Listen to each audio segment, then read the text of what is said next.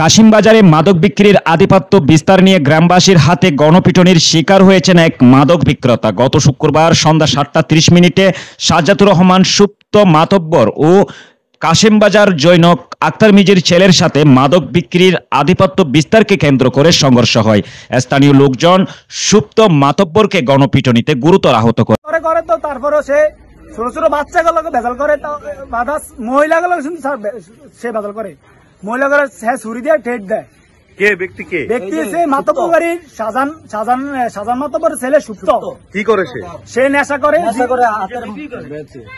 গাঁজা বেচে, মুরগি মাসে সামনে গাঁজা বেচে, ওপেন গাঁজা লয়ে এলাকাতে বানাইতে। পরে সদর থানার পুলিশ ঘটনাস্থলে গিয়ে সুপ্ত মাতব্বরকে উদ্ধার করে চাঁদপুর 250 শয্যা হাসপাতালে ভর্তি করা হয়। পরে তার অবস্থার অবনতি হলে দ্রুত অ্যাম্বুলেন্সে ঢাকা মেডিকেলের উদ্দেশ্যে নিয়ে যাওয়া হয়। স্থানীয় বাজারে ওইখানে এই সুপ্ত নামে যে ছেলেটা, ও আইসা আমাদের এই যে দোকানদার, হ্যাঁ, আক্তার ভাই, ওর ছেলের সাথে কি জানি একটা হয়েছে, আক্তার ভাইয়ের ট্রিটমেন্ট দেওয়া গেছে।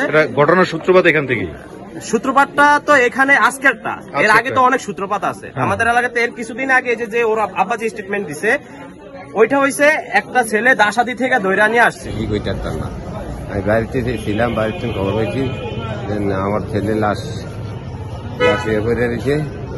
আমি উড়েতে গেছি, আনতে গেছি, আমারে দেয় না। আমার এলাকার মানুষটা যাইয়া বাড়ির মানুষ। স্থানীয়দের সাথে কথা বলে জানা যায়, সুপ্ত মাতব্বর দীর্ঘদিন যাবৎ কাশেমবাজার সহ তরপুরচন্ডী 6 ও 7 নং ওয়ার্ডে মাদক ও ত্রাসের রাজত্ব কায়েম করে আসছে।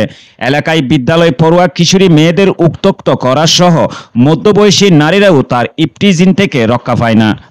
কোমলমতি উঠতি বয়সী কিশোরীদের টার্গেট করে মাদকের সাথে জড়িয়ে নানা অপকর্ম করে আসছে।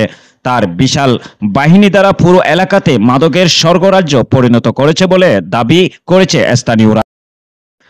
সুপ্ত মাতব্বরের কিশোর গ্যাং এর অত্যাচারে অনেক পরিবার তাদের সন্তানদের বিদ্যালয়ে পাঠানো বন্ধ করে দিয়েছে। বেশ কয়েকবার তাকে পুলিশ গ্রেপ্তার করলেও স্থানীয় জনগণের দাবি, রহস্যজনক কারণে সে ছাড়া পেয়ে আবারও ত্রাসের রাজত্ব কায়েম করে।